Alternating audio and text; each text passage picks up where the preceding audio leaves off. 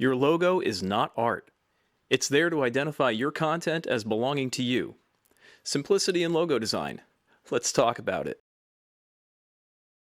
Hi, my name is TJ. I'm a designer living and working outside of Baltimore. I've shared a lot of content on what I think makes an effective business logo. My 4 pillars of effective logo design are simplicity, legibility, scalability, and versatility. I want to unpack each of these characteristics in its own video. Today, it's all about simplicity. Let's dig in.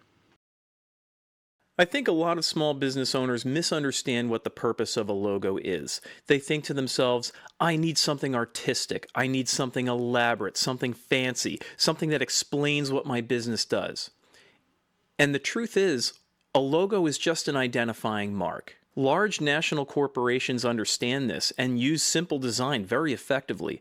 Think about Apple, Adidas, Nike, McDonald's. What do they all have in common? Simple logos. Basic forms, recognizable shapes. The more highly detailed an image, the more difficult it is to remember it and to discern it from another similar image. For instance, let's say you were to walk into the Louvre to look at the Mona Lisa.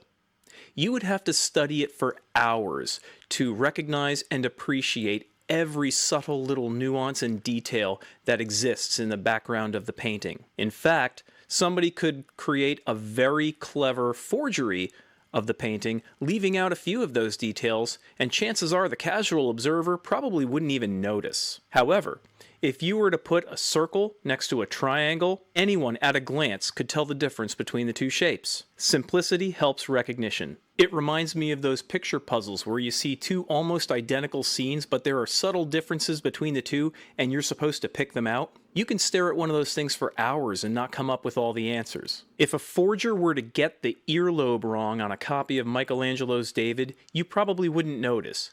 But if I were to clip off the tip of the Nike swoosh, you'd see it in an instant. Yeah, but TJ, a simple logo? I mean, come on, it looks like a kid could draw it. And yeah, that's kind of the point. Look, it takes a bit of skill and talent to create a simple logo. It should take very little to recreate it. I mean, think about it. You want your logo to be so ingrained in people's minds that anyone could draw it very easily from memory. So is all this to say that a logo can't include some artistry or some fine detail? Of course not. In fact, the next pillar of good logo design is legibility. But that's another video.